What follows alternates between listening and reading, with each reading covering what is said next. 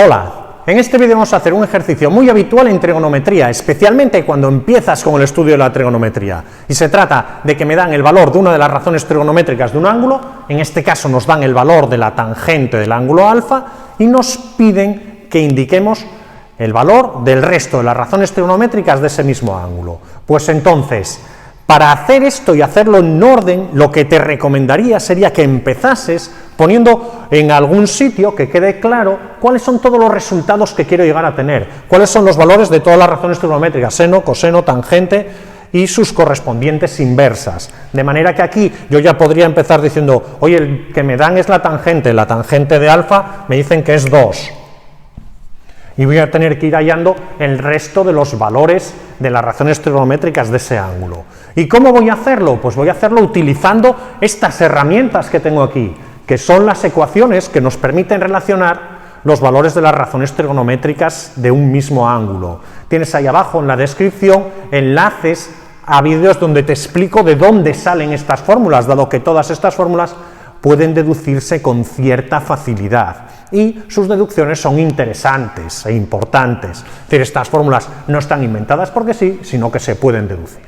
Entonces, si yo ya sé que la tangente del ángulo alfa es 2, tengo que saber todas estas otras, pero la primera que puedo obtener con gran facilidad es la cotangente, porque he puesto cada razón trigonométrica y justo al lado su inversa. La inversa de la tangente es la cotangente. Si la tangente es 2, pues la cotangente, sin mucho más que pensar, va a ser un medio. Bueno, y ya hemos calculado algo. Nos queda un poco más. Ahora, en estos ejercicios uno habitualmente está muy acostumbrado a empezar por la ecuación fundamental de la trigonometría, cuando te dan el seno para calcular el coseno o a la inversa. En este caso, como lo que me dan es la tangente, esta ecuación no me sirve, tampoco me sirve esta porque no sé el seno y el coseno, necesariamente tengo que empezar por esta, 1 más tangente cuadrado igual a secante cuadrado. Y, como siempre que usemos una fórmula, antes de sustituir nada, escribimos la fórmula. Pues lo que vamos a usar es 1 más tangente cuadrado de alfa igual a secante cuadrado de alfa. Y ahora voy sustituyendo los valores hasta que llegue a encontrar el valor de la secante. 1 más 2 al cuadrado igual a secante cuadrado de alfa. Entonces, si la secante cuadrado de alfa es igual a 5, resultará que la secante de alfa será igual a más menos raíz de 5. Amigo, llegamos a este más menos. ¿Qué significa eso? Que tengo que elegir un signo. Y la manera en la que elijo cuál es el signo de la razón trigonométrica del ángulo, porque tendrá uno solo, viene dada por esta otra información de la que no habíamos hablado. Me dicen que alfa es un ángulo del tercer cuadrante. Un ángulo del tercer cuadrante sería que si yo tengo aquí primero, segundo, tercer cuadrante, alfa sería un ángulo que podría estar así. Y si marco cuáles son los signos del seno y el coseno, es la forma más fácil de ver los signos. El segmento del seno en este cuadrante está hacia aquí, va hacia la parte de abajo del eje Y, por lo tanto el seno va a ser negativo, y el coseno, el segmento del coseno es este, está en el eje Y, perdón, en el eje X, pero va hacia la parte negativa del eje X, por lo tanto el coseno en este cuadrante también es negativo.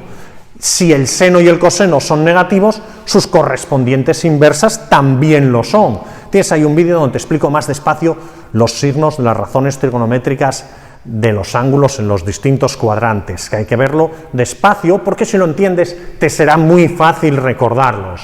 Entonces, sé que entre este más menos, en este caso, me voy a quedar solo con el menos por ser un ángulo del segundo cuadrante. Y entonces ya sé otro de los valores, vamos avanzando, menos raíz de 5. En el momento que es la secante, su inversa es el coseno.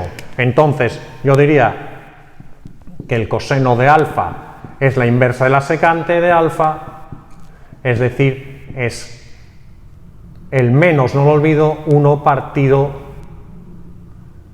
de raíz de 5. Ojo, porque en trigonometría y casi siempre que expreses un resultado en matemáticas es muy frecuente que te pidan que des el resultado racionalizado, es decir, sin raíces en el denominador. Por lo tanto, tengo que encontrar una fracción equivalente a esta, pero que no tenga raíz. Para eso aplico los principios de equivalencia. Multiplico numerador y denominador por el mismo número. De esta forma obtengo una fracción equivalente. Raíz de 5 por raíz de 5 es 5, que ya no tiene raíz en el denominador, y eso es lo que buscábamos. Y ya tengo otra razón trigonométrica más. Vamos avanzando.